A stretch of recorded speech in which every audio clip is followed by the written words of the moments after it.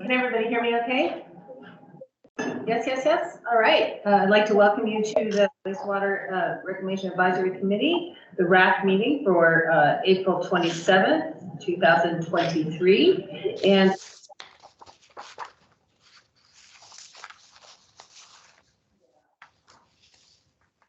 so, Allison Jones. Here. I'm here. Armando Cabrera. Presente.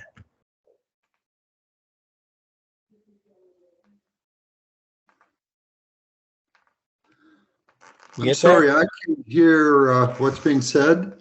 Yeah, I can't either. I can't either. We're not hearing.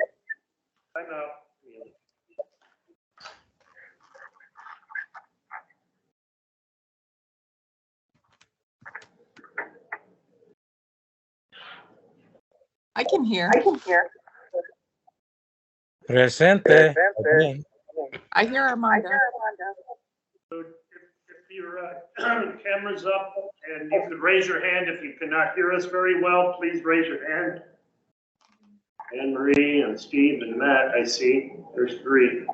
Okay, let me try a different setting.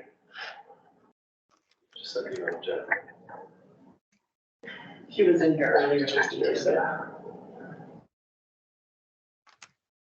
Okay, Anne Marie, Steve, and Matt, is it any better for you? Yes. Okay. Hopefully this works better. We'll try this one for a while, but please interject if you're having audio difficulties because we were struggling a little bit earlier this morning too. Okay, continue with roll call. All right, Asia Philbin. Here, I'm still having audio. I can't hear very well, but I'm here. Okay. Claire Zucker. Yes. Craig Canizaro. Matt Mathewson. Here. Rob Kulikowski. Present. Hey, Scott Colt. Here. Steve Foley. Here. Great. Did we miss anybody? We didn't call somebody? You didn't call me. It's Anne Marie. I'm here. Anne Marie Wolf. Oh, gotcha. Okay, thank you. Thank you. We'll do the Pledge of Allegiance to flag. Okay.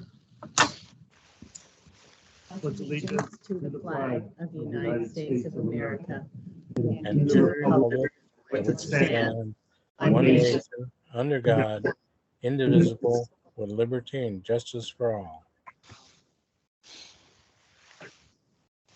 All right, we'll start with a call to the audience. We do this at every And meeting. hold on, we got expert here. So we were on the owl and people were having a hard time. So we went to the other option and they heard us. So I don't know what the deal is there, Jennifer. So we're not on the owl again on the audio. But we can go back there, but for some reason they were having a hard time. I can hear you.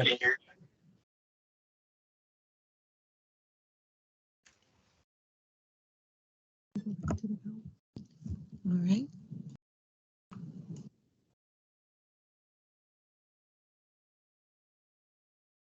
Yeah, let's try again. We're back on the owl device. Is anybody having a hard time hearing us? It was better a minute ago on the other device. You kind of gave that baby. The audio is not as good as the other device. It's very echoey.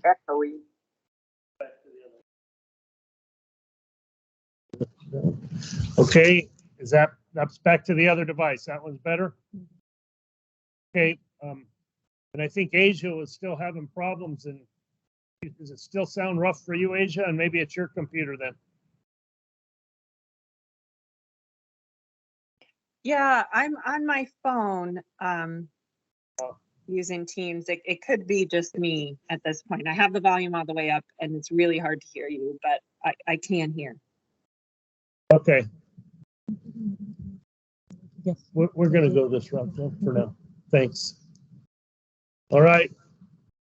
All right, we'll go to the call to the audience. Is there anybody who would like to speak? None? Hearing none, we'll go on to the safety share. I'll do a safety share, and of course, I don't always like to steal the show on safety shares, but we had a really good one yesterday, and I thought it's worth bringing up to this group. We had an employee that, two employees got together, and one of them appeared to be in a challenged state, like a medical emergency. But sometimes, a long time ago, I recall a few years back, we had an employee that was actually experiencing a stroke, and the other employee that was with him, initially thought, dang, this guy's drinking on the job or something, just because his words were slurred and it was kind of strange. But fortunately, he paid close attention and got a medical emergency help, and everything worked out well. But here just the other day, we had another one where an employee came in and he was dehydrated, and he started, talking gibberish and just seemed again kind of that like maybe he was under the influence or something. But we got paramedics involved, and sure enough, it was just a medical emergency, and he's fine and everybody's doing good. But we just were reminding people, pay close attention to the people you're working with or you're around, because you just never know what's happening with people anymore. And the sooner you can get somebody help that may need it, the better. So it's not just an accident happens, but somebody's own medical situation could need some intervention. So just keep that in mind. And, it was a few years ago, but when one happened, and this other one was just last week. So I think it's worth mentioning. That's my safety share. Anybody else have a safety share? All right. Yeah. Probably fill us up for safety. All right. So we'll move on. Thank you, Jackson. We'll move on to the approval of the minutes. We have the meeting minutes for March 23rd, 2023. Are there any comments on the minutes? Hope everybody had a chance to look them over. This Any is Matt. I comments? think we approve the minutes. Second. Steve, is that Steve that seconded? No, yeah, it was Steve. Yeah, Steve seconded it. We have a motion and a second. Is there any discussion? All right. All those in favor, please say aye. Aye.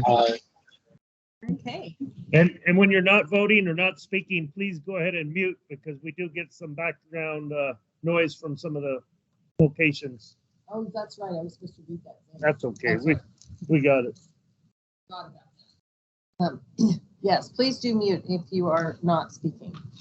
It's helpful. All right. Excellent. So then the minutes are approved. And we'll move on to the next item on the agenda, F, Technical Service and Engineering Division update. We have Eric here, Eric Wiedewelt, to give us an update. Thank you, Claire. Can everybody hear me? Or let me ask that, if somebody can't hear us, please let me know. But if they can't hear you, how would they know to let you know? That's the trick, yeah. Well, once a year, we get a chance, each division, to sort of present something going on in our areas. And usually I try to find a couple interesting topics to talk about. This time I found some interesting people to talk about their own topics. So in other words, we're going to go do a pretty standard overview of the entire division. And I've asked every manager to give a little 2 or 3 minute spiel on their team and some interesting things that are happening in their areas. So Jackson said we had 10 to 15 minutes, and we'll see if we can beat that. We have a fantastic division, well-seasoned individuals. We are attracting some new individuals as well. But I'd say I'm going to talk about some negatives about staffing, but I'll tell you right now, we've got an excellent group of people to do the job that we have to do. We have a fairly diverse division. The top are the 3 admin team that help me run the area, Karen, Veronica, and Bronwyn. They won't be speaking. It's the groups underneath who I've asked to give some presentation, and So Marla will talk about department administration, Kent will talk about engineering, Lorenzo I gave him a day off to go play with grandkids, so I'll give a field engineering overview. Then Wyatt will talk about capacity modeling, Robert Shea, our GIS area, and Max, as important as he is, he gets his own segment to present, so I'm not letting him talk this time.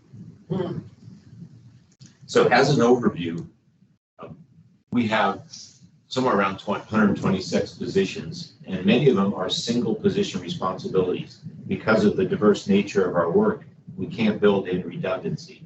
So that's a challenge in going forward with staffing problems. We have a fairly high vacancy rate. Absentee rate is around 10% and 100 days to fill. And this is all not new to anybody, but just to refresh everybody's mind, it's impacting us as well. And engineering positions. We currently have 2 vacant engineering positions that we are having a hard time to fill. And that's difficult as our engineering team gets depleted with retirements. So we're going to have to be creative in looking at how to complete the services we need to do with the people we can attract to the county.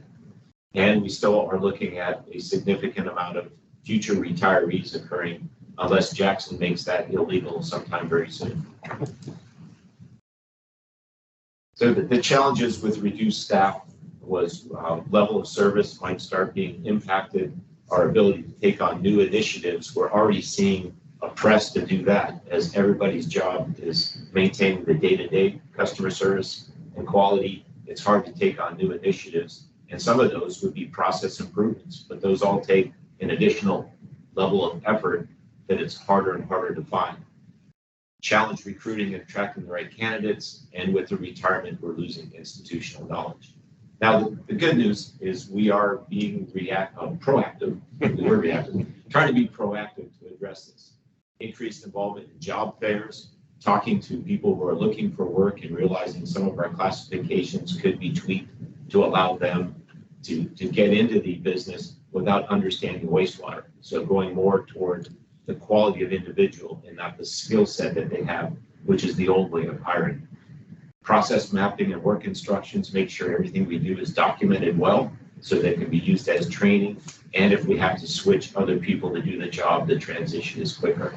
Cross-training, and the county's effort that's, we hope to see fruition in the next year of their salary and compensation study should greatly improve our ability to attract new personnel. So enough of that negative. Next slide. It's great. Go ahead. Sorry. Okay, we'll jump. I'm Lorenzo, field engineering. A great group of people. You can see about 12, 13 staff. There's a technical group of seasoned engineers, over 100 years of experience in this team in the senior management. And then we've got 2 field groups led by Eric Olson, field inspection and Blue Stake. And those are the 2 areas I'll dive into here. First one is Blue Stake. Hopefully you guys all know what Blue Stake is. It's the requirement of utilities to mark their utilities in right-of-ways or anywhere anybody is digging, from putting in a mailbox post to an open street excavation. We are a member of Arizona 811 Blue Stake Center, which is the clearinghouse for the state for all calls for excavation that then gets sent out to every utility, and we send crews out and mark our sewer to protect it from damage going forward. So it's damage prevention and safety prevention as you talk about excavating around other utilities. Time out. I had a text here that, can anybody see this PowerPoint presentation that we're going through right now? I cannot. This is Allison. I cannot. Okay. This is Asia. All right, let us try to reshare our screen and work through our technical difficulties. Hold on. You know, we didn't have these problems when Claire wasn't running the show. Yeah, it's all me, pretty sure. I just saw the screen and then it went away. There you go. So How about there now? we go. Okay.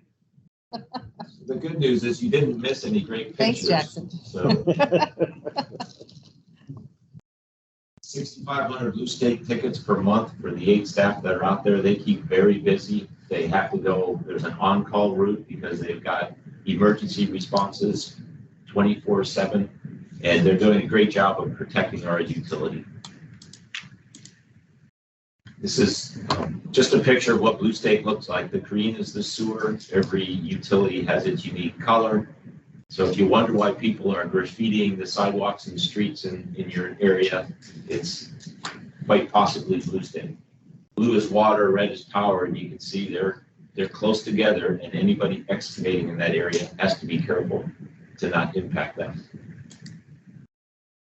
Field inspections, they make sure that everything put in the ground that's going to be owned by our utility is built according to our standards.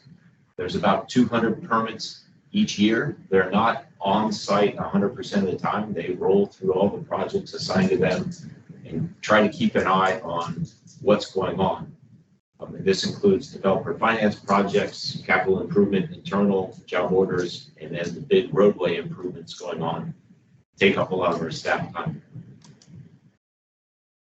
Typical subdivision are fairly easy: trench and pipe and manholes. On the left is a standard manhole, but we do get involved in some of the very complex work. The photo on the right, fairly small, but that's part of the links, downtown links near 6th and 7th Avenue. Large manhole that is impacted by the road improvement and some deep utilities that they're also having to try to avoid.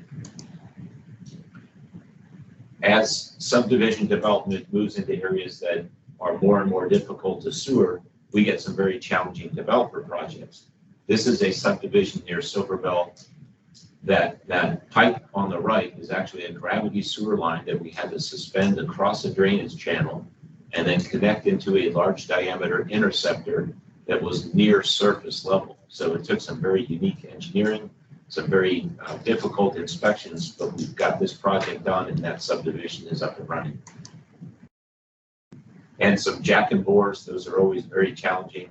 This one happens to be with one of our own capital projects, but they go from simple to very complex, and they're a very knowledgeable and talented team to make sure what gets in the ground is acceptable to us at the end. Okay, so I'm going to hand it off to Marla. This is the easy handoff because she's here in the room. Okay, well, thank you, Eric. My area, we do department administration. And while we are part of the technical services and engineering division, a lot of what we do is also considered department-wide. So we kind of coordinate activities between conveyance, treatment, TS&E, and the director's office, and other departments within Pima County.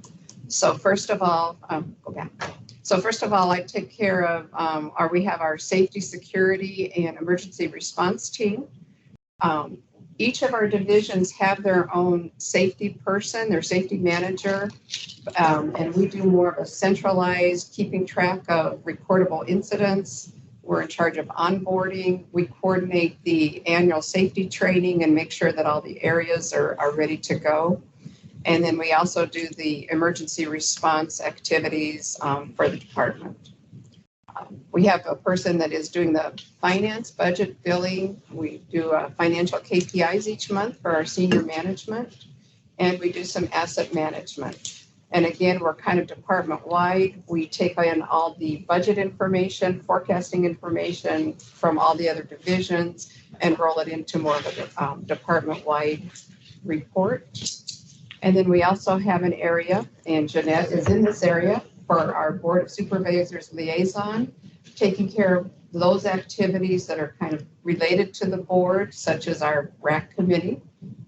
We have public records requests, we do records retention, and then we also coordinate some of the other asset management within the department, keeping track of cell phones, radios, computers, and vehicles. Okay. So as far as some of our special projects, CPR training, we have always offered CPR training to our staff who is required to be CPR certified for their safety and the safety of their coworkers. A lot of our field areas do need to have a CPR certified person on their crew in case any kind of an emergency comes up. But we recently, under Jackson's direction, decided to offer CPR training and certification department-wide. So we're currently going through CPR training for anybody in the department that would like to take the training and become certified, not only for safety here at work, but you never know when you're out with your family or friends if CPR should be needed. So it's good to have people trained and ready to go if an emergency should occur. One of the things we do is we do present our key performance indicators, our budget key performance indicators each month to senior management. We show where we stand with our budget and where we stand with some of our major expenses, such as electricity, utilities, chemical costs, and show a 3-year trend so that the managers within each of our divisions can see if we're going off track on any of our expenditures or usage. Or a lot of times they know if we've had an event, maybe at a treatment where we've had to shut down or add extra chemicals to clean a process or to change a process. So we're keeping track each month on how we're doing financially.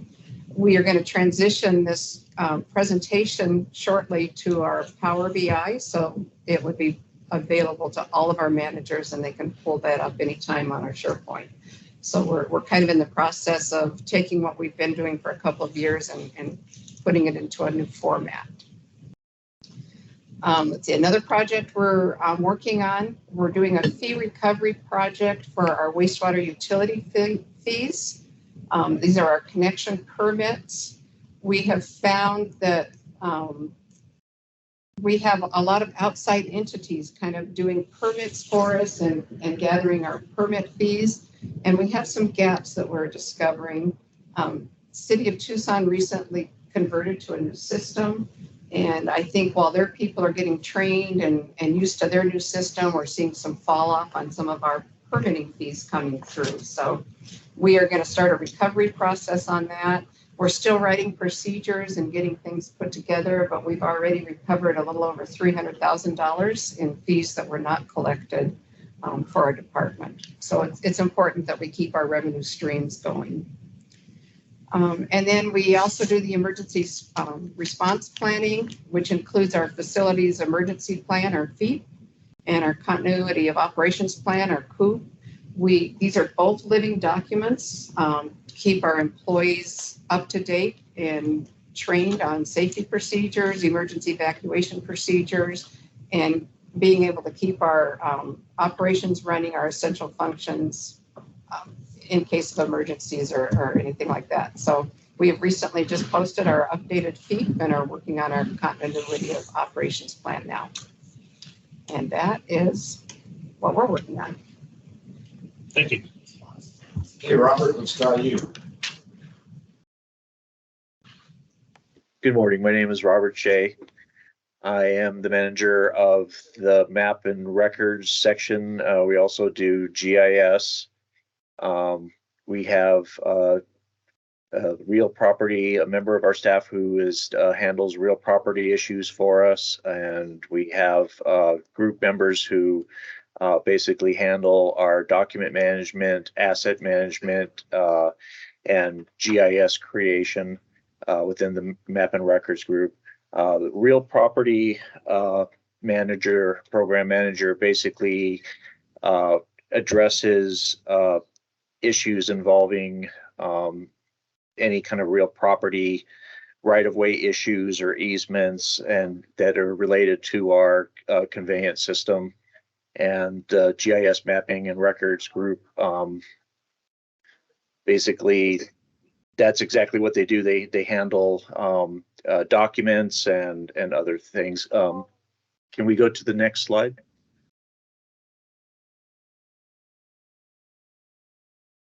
So we basically are in a process where once a construction permit for sewer is completed, we're notified and we receive an as-built plan, and this as-built plan is entered into our asset management system, Infor Public Sector database. also the new pipes, the new manholes, pump stations, interceptors, whatever that are created are added to our GIS system so that they're available for the public and internally. So we basically create and manage GIS data sets. Again, our real property document management handles encroachments, easements, right-of-way, acquisitions, things of this nature. And that is all part of our overall document management. We basically intake engineering as-built plans for our conveyance and treatment systems, any real property documents that that are associated to our treatment or conveyance systems. We also have stored in our document management system historic sewer permits. So these are basically records of connections to our system. We also have manhole images for all of our manholes, and those photos are stored and linked to mapping systems like Pima maps. And we also have survey documents that are also related to our conveyance system. All of these documents are in our on-base electronic document management system, and plans and photos are available through the Pima maps public map system. Can we go to the next slide? Basically, once we've created the GIS, it gets published into products like Pima maps so that the public and internally we can see where our lines and manholes fall geospatially in relation to properties and roads and whatever else. Can we go to the next slide? And this data is used by our operations and maintenance staff internally, but also Blue Stake for their purposes, operations and maintenance for their work orders, customer service for people who might be calling in about an issue, capital improvement projects, so we know where those are occurring, and just basic customer service calls. Next slide. And this is just kind of a picture to show, how it all comes together as in our overall GIS system. Thank you.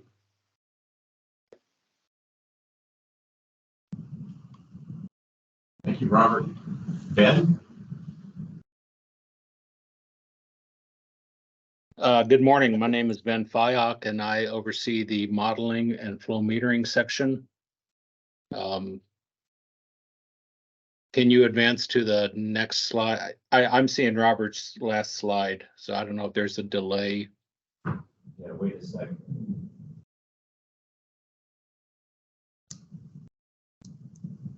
Did everybody see the metering slide other than Ben, maybe?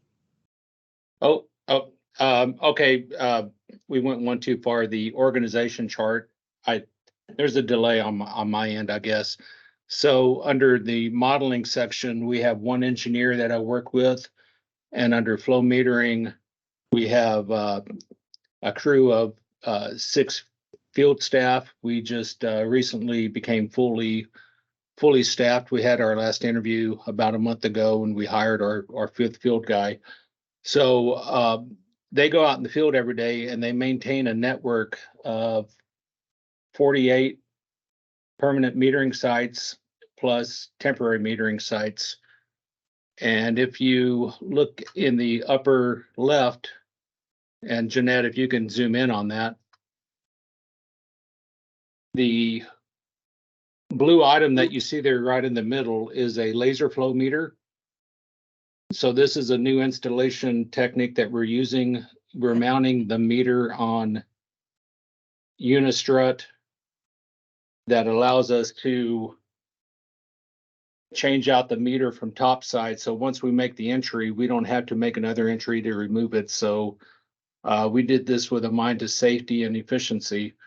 But the laser flow is a non-contact meter. It hovers probably 2 feet above the flow. So we don't have to be concerned with debris or anything impacting the function of the meter. when we get the flow data, we use that with our hydraulic model. And Jeanette, that's the photo on the right-hand side. And as you can see, we adjust certain parameters in the model. And in this situation, the actual meter flow is in red and the model flow is in blue. So this is how we calibrate the model. And then what we do with that is we use that to track capacity in the system. Jeanette, if you can go to the bottom right. And this photo is just a representation of what we do with the model. The M's that you see that are circled, those are locations of metering sites. And then what we do is we look at the tributary system upstream and we adjust the parameters for those individual lines until we get a perfect match or a reasonable match. And then we use that when we do our capacity allocations. And then if you can go to the last photo, Jeanette. And then what we do, this is a map where we track potential capacity bottlenecks within the system. And we currently have a meeting roughly once every 3 months between the flow metering staff, engineering, field engineering, and conveyance, where we make sure everyone's on the same page and make everyone aware of these potential bottlenecks, and we discuss options to address these issues. Thank you for your time. Ben, Ken? Thank you. Good morning. Jeanette, can you confirm I can be heard? We can hear you. Oh, good. Hey, Engineering Services is basically a consumer of all of the information that's been presented up to this point. Our utility coordination group is a group of technical staff dedicated to reviewing proposed agency work and involved in some private development work. And of course, we do this to ensure the improvements don't impact the operation or maintenance of the existing infrastructure. And also said differently, we believe and we attempt to de-risk the projects before they go to our field engineering, where the actual, where the rubber hits the road and construction takes place.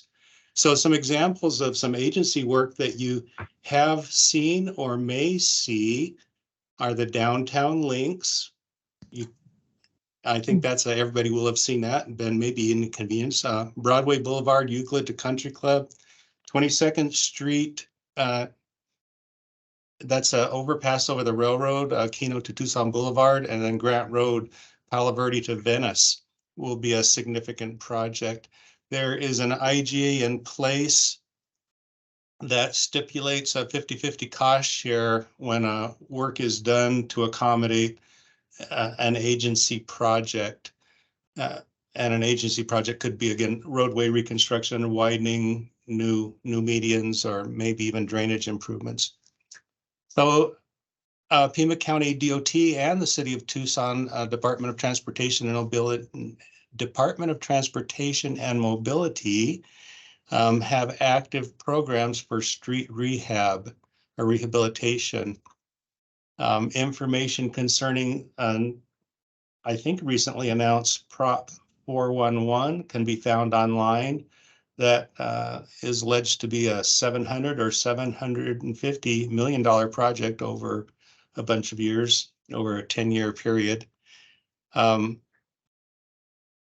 The risk, or what utility coordination does with that, is tries to make sure the agencies are aware of our sewer system and that we don't have that affects a lot of manholes. So a lot of preliminary work needs to be done to make sure our manholes are ready for the roadway work. So we work closely with development services on certain projects, on developer-driven projects, when they involve connections to a 15-inch or larger sewer. And one current high-profile project includes rerouting a 36-inch interceptor, and it's a 29-foot deep a couple of manholes are built. So that's a big project. That's done, that affords the development better utilization of its real estate. Our recruitment is, as Eric said, it's kind of a concern. We're trying to recruit engineers as we speak. Our planning group is very talented group. They are also they're consumers of the model data. They receive requests from prospective investors or developers to determine if capacity is available. A lot of those capacity requests are south or southeast of town. Are also often the developers or the investors ask what the cost will be to connect to the sewer. So I'd like to say that our planning group and the team involved in responding does a very good job. It's my observation they respond prompt and accurately and give good information to the people that are interested in economic development in the Tucson area. Planning efforts also include managing a study that my guess is Eric will mention this also, trying to, with the ever expanding population around Corona de Tucson and Sahuarita, we're trying to be prepared to sewer the area in an intelligent and cost-effective way. So thank you, and it's good to have met this group. Thank you, Ken. That's it for us.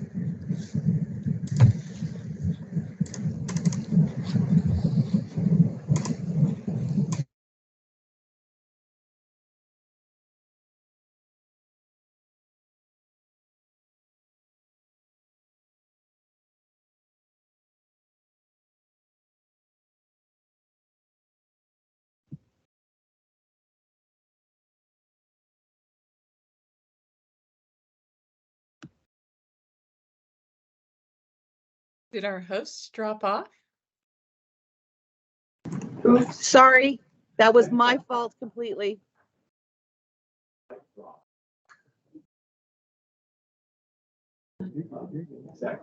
I gotta. We just close those out one more.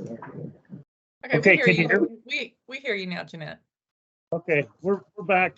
We were just seeing if you were paying attention. But I thought that was a quick meeting.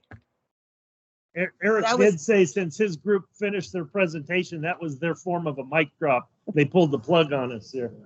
I'm terribly sorry. Instead of turning off the share, I turned off the meeting. My apologies. Okay. All right. Was Claire? that everything, Eric?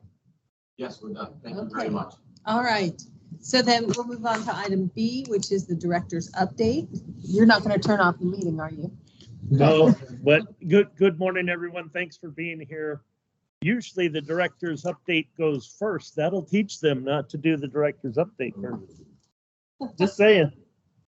So I put for the agenda, it's really just some various personnel topics. Since seems like 90% of my time is involved with personnel stuff, from discipline to hiring to training, to making people get along and to motivating. I figure that's where I'll spend my time this morning. So I mentioned it last time, but just it's in effect now. The department did implement a zero tolerance drug and alcohol policy. The county, we were working with the county to do a county-wide one, but the county has a few more hoops to jump through, and it's going to take a little longer in their process. And because wastewater had experienced a high number of drug and alcohol incidents in the past many months, I got the nod to move forward. So just here a few weeks ago, we rolled out an internal policy for the department, and it kind of has two facets to it to make our lives easier in that realm. And just to remind people, we want to make sure we're providing a safe environment for our workers and for the community by not having people impaired at all when they come to work. And so we have about, Allison, do you have a question before I keep going? I did. What constitutes zero tolerance? Because, you know, of course, a lot of people have prescription drugs that might linger in their system. And also, you know, cannabis is legal now in Arizona. So is that, Yep. where does that fit in the? Yeah, so in our policy, the first part is, you know, we're a department of approximately 400 employees, and a little over 50 or right around 50 of those employees must maintain a commercial driver's license for the work they do here. That group falls under a national federal oversight, and they every month the county, for any of their commercial driver's license employees, but there's, like I said, approximately 50 in wastewater, they get pulled for random drug and alcohol sampling. You know, every month we get a phone call that says, okay, send XYZ employee down to the clinic to pee in a cup. And if they are found to be out of compliance for the criteria that is set nationally or federally, they, you know, bad things happen at that point. Marijuana, although legal in Arizona, is not legal federally, and CDL drivers are not allowed to have marijuana in their system, period. Also, you know, the same for alcohol. There's levels of alcohol and stuff, and they're not the 0.08 numbers. They're much lower type variable. So if any of those 50 some employees, as they go through the year and randomly get selected, if they test positive for any of the you know, restrictions, they will be terminated, period.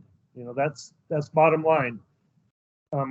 In the other side of the coin is with the rest of the non-CDL employees, and I guess it also applies to the CDL employees, it's reasonable suspicion. So if at any time at work an employee is deemed to be exhibiting certain peculiar traits or behaviors that may be familiar with somebody under the influence of drugs or alcohol, our supervisors are trained to go through a checklist of observations. Typically, it's done with a minimum of 2 people, 2 supervisors, to agree that, yeah, this person is slurring their words, or they're walking odd, or they smell of alcohol, or any number of criteria. And if they pass that threshold criteria of reasonable suspicion, we send them down to get tested. If they are testing positive for alcohol or drugs or anything that is banned, they will be terminated.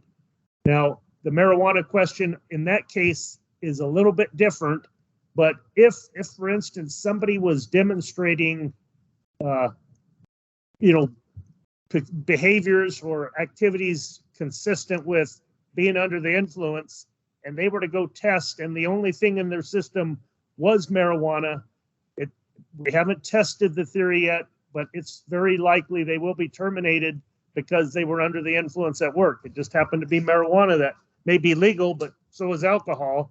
You know, and at least in alcohol, you can have a blood alcohol percent measurement and confirm it. Marijuana, you don't have those values of a number, but if that was the only component in somebody's test and they were demonstrating, you know, some problems, I think that we have fair grounds to terminate at that point. But this is kind of new for the county, and that's why the county isn't rolling it out, because they have more details that they want to get right. But here in wastewater, we're having, you know, I won't say epidemic, that's probably too strong a term, but we've had a lot of cases of drug and alcohol, and we had to do some more progressive, proactive steps, and this is one of them. So we're kind of guinea pigs helping forge the county's future policy. Hopefully that answers your question, Allison. Yes, thank you. Do you have any theories for why it's gotten worse? You know, I wish I did. You know, is the stars a wrong line, or is it just a coincidence? But, you know, I've been here almost 19 years, and I've probably had maybe 1 or 2 at the most cases a year. All right. In the last, you know, we had this 6-month period where we had 6 cases I had to deal with, and even some on the opposite ends of that 6-month period. So just a big jump, and it's not like a group of them, they go do their thing. It's all independent, and many of them were just, I let my hair down and partied with family, or I went to Vegas, or, whatever. And okay, but it doesn't help us here, so.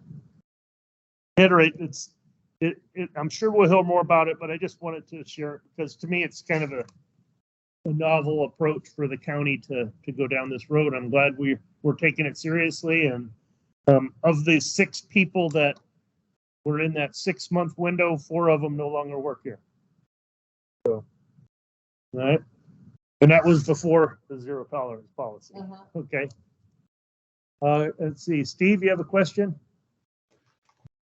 Yeah, I'm real concerned about zero tolerance, especially with the marijuana thing, that any residual amount in a person's system, and I understand that can be there for a week or more after use.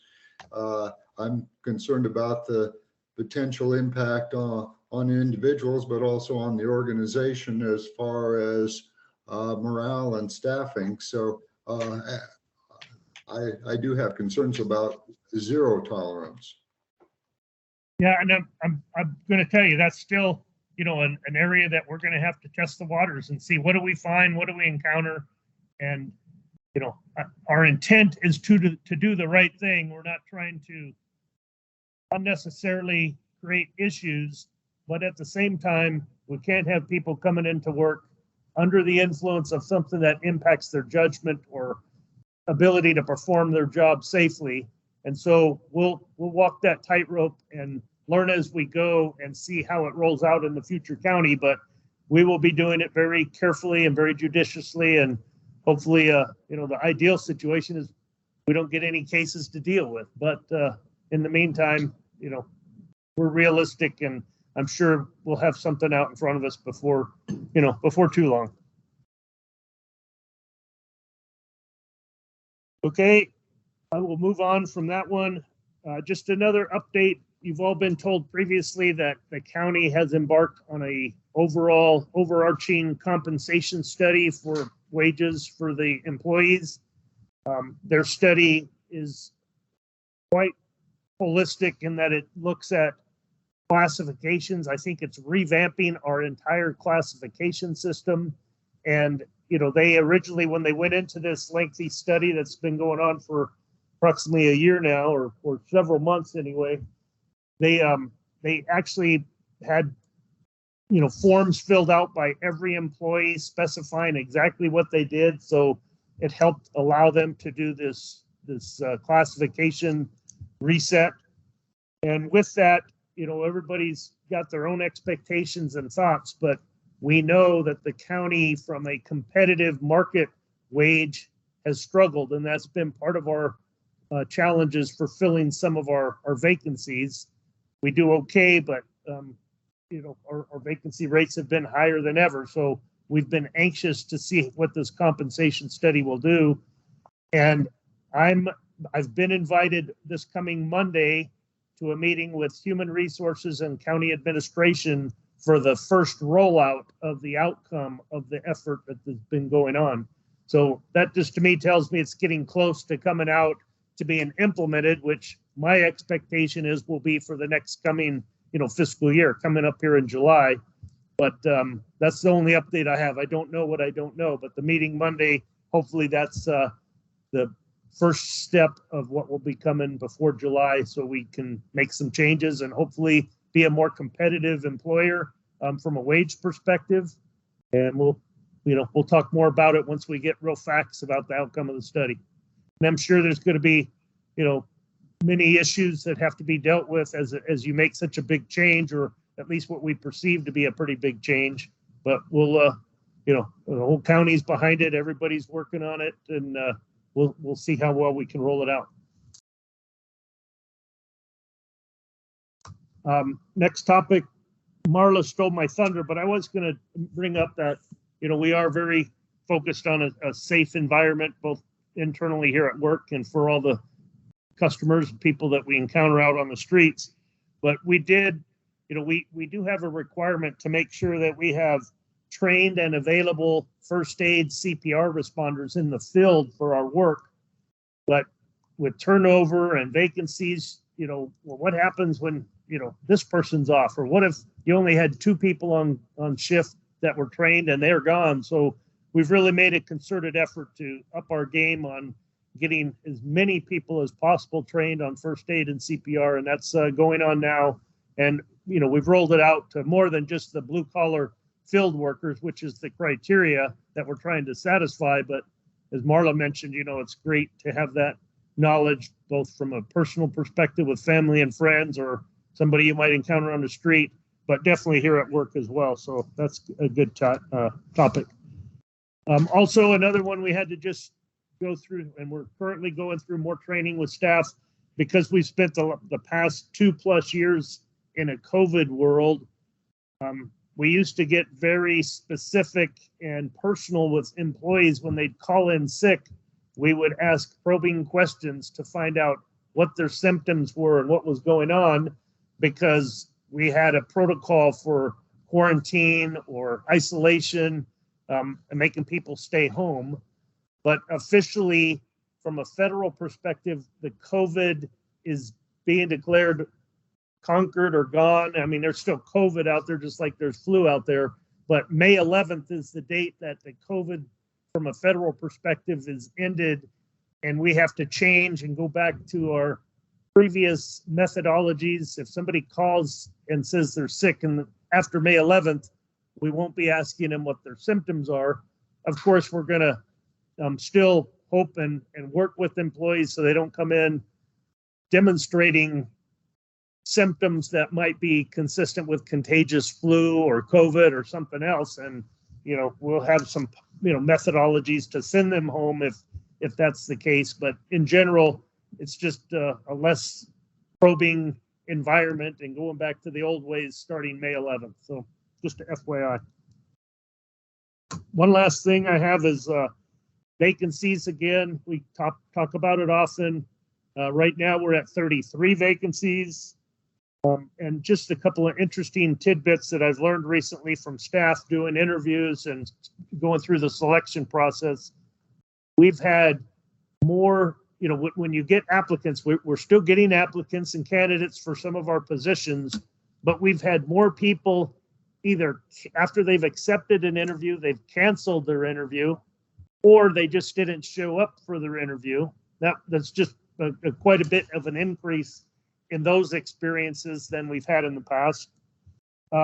We've also had more experiences where we've interviewed people for a position and found that none of them met our threshold or criteria or standard for what we were looking for, even though they met the minimum qualifications to allow them to be interviewed by the county process. They didn't meet our criteria, whatever that may be, and we've actually held more interviews where we didn't select a candidate. So I just thought those were interesting points and that I'd share them with you. And that's all I have. Any other questions for me? Okay, thanks. Yes, I had one question about just going back to your first item on the zero tolerance.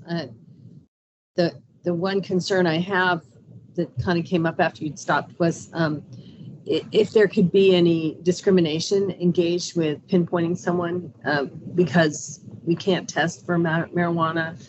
It seems like there's a higher likelihood to be able to say something's wrong and not be able to prove it. And it's trickier. So do you have appeals process? Are you going to consider that?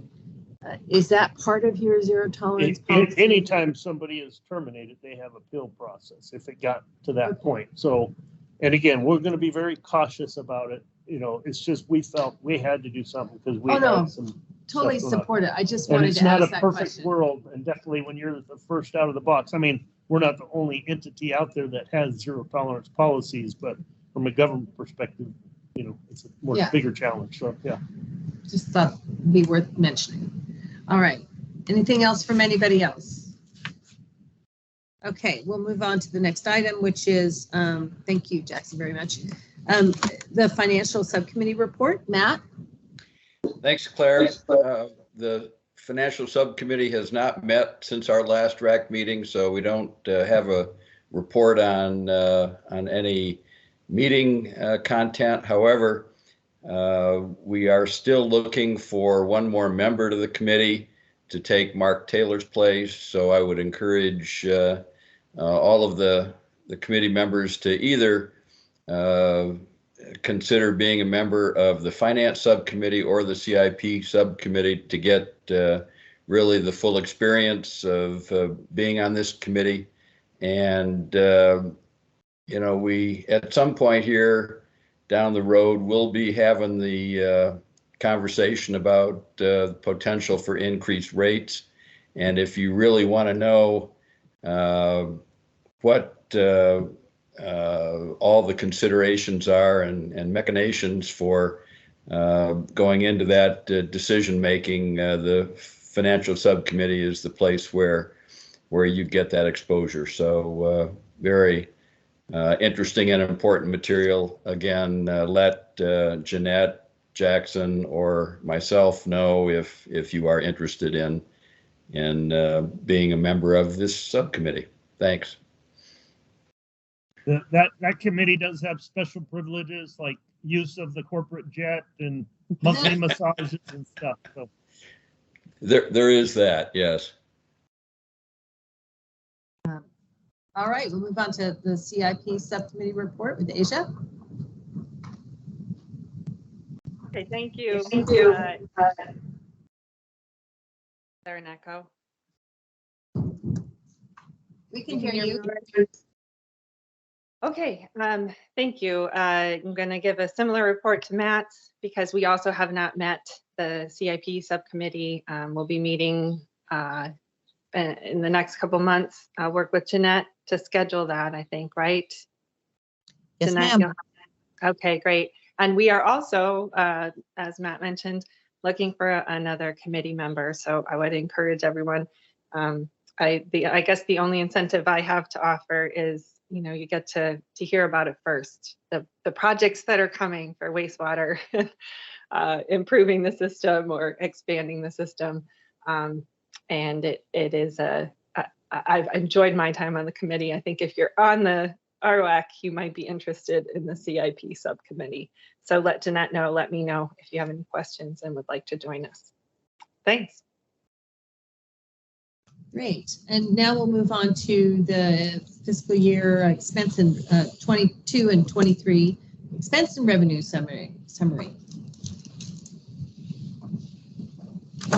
Good morning. Isai is in a training class today, so I'll be presenting the summary report for you. So we are after period 9. We're 3/4 of the way through the fiscal year. It is looking like we're going to have a slight overspend depending on some of the expenses that come in the last quarter. We might be over. We're projecting about $350,000 over in the operating side, slightly over in the total O&M. Revenues coming in a little bit higher than anticipated, a little bit like about $155,000 as well. So overall, the department's performing great.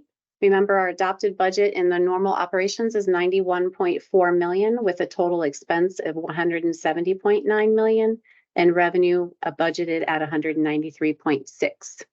So you can see some of the notes there at the bottom. We're kind of trying to give you some context to what's going on in the department in note 1 through 6 there at the bottom. That's the summary. Does anybody have any questions? Anybody have any questions on this item? All right, great. Thank you all. All right, excellent. We'll move on to item number G, or letter G, Citizen Water Advisory Committee, and that would be Allison. Yes, thank you. Thank you, Claire.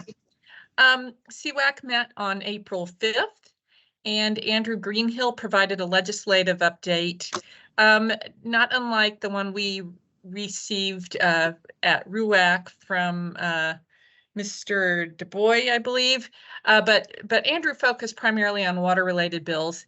He did tell us that the mayor and council's legislative agenda includes protecting city funding and local authority, local economies and infrastructure, public education, health, safety, environmental sustainability, water, affordable housing, and even mobile food vendors and chickens in backyards. He said that the water bills of interest were mostly related to WIFA, water efficient plumbing fixtures, Rio Verde, that subdivision up near Scottsdale that has lost their water supply, local groundwater stewardship areas, and some other issues. There is a water bill tracking list available online. And after I finish this report, I'll put it in the chat and then you can look at it yourself. John Kamik gave the director's report. Mayor and Council has approved the green stormwater infrastructure fee as a permanent fee for Tucson water customers only within the city limits. Mayor and Council also approved 2 intergovernmental agreements with Pima County and one with ADEQ regarding the TARP PFAS treatment reimbursement.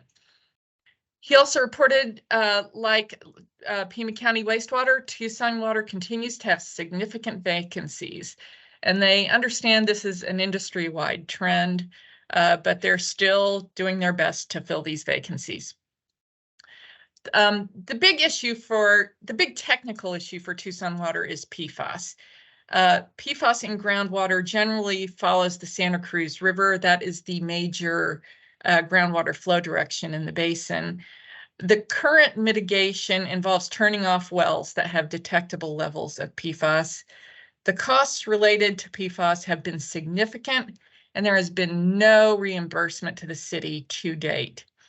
That's probably because there are no federal enforceable maximum contaminant levels. So when TARP connects to the reclaim system, in other words, right now TARP is releasing treated water to the Santa Cruz River.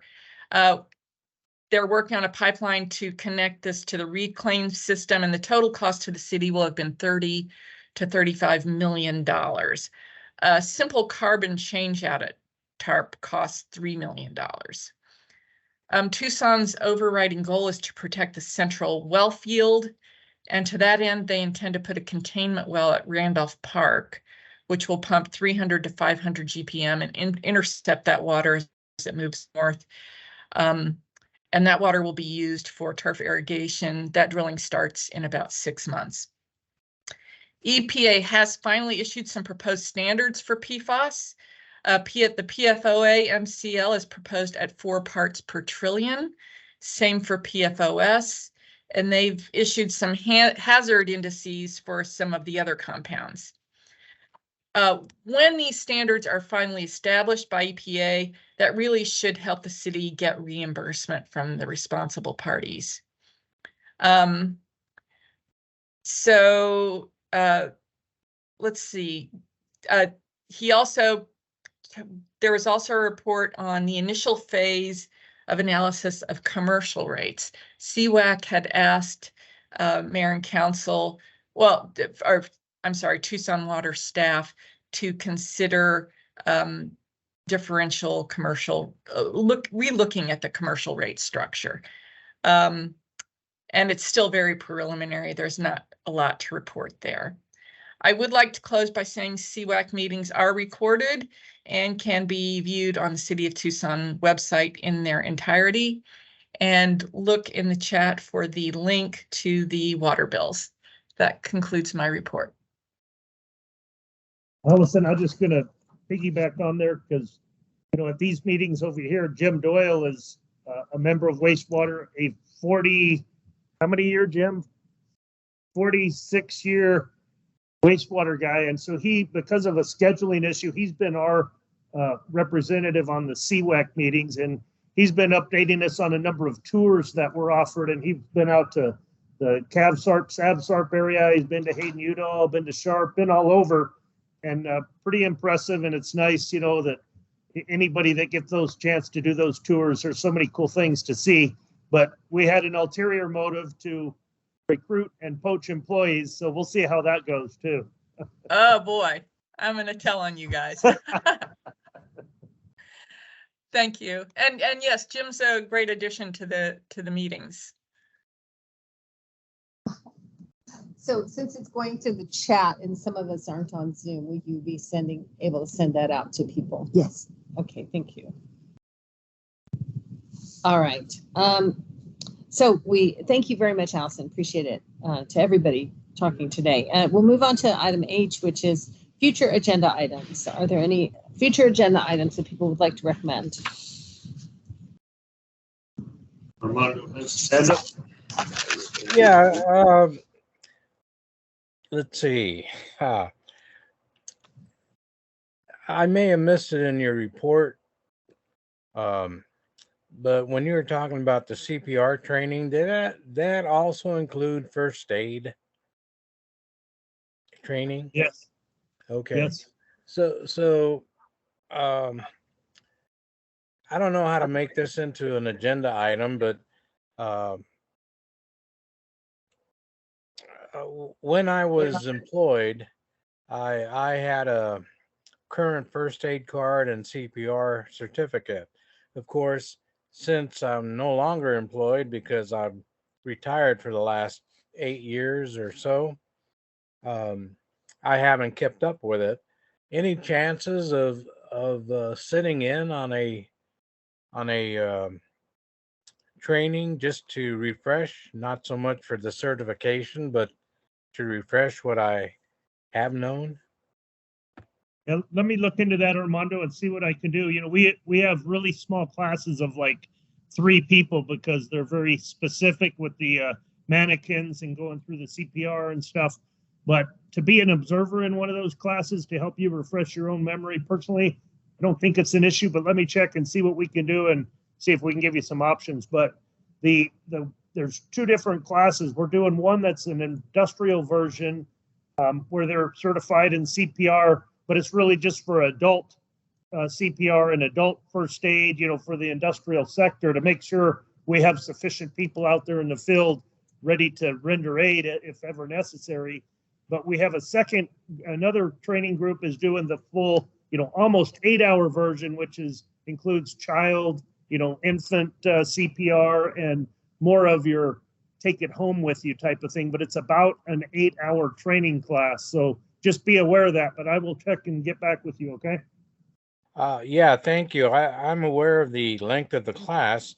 I was wondering if it could be offered to everyone on the committee. Let me look into that and think about it, and I'll let the committee know if there are options for them all to participate if they're so interested. Awesome, thank you. If I might add, I used to be some other organizations offered CPR and first aid training, but I'm not aware of who does that now.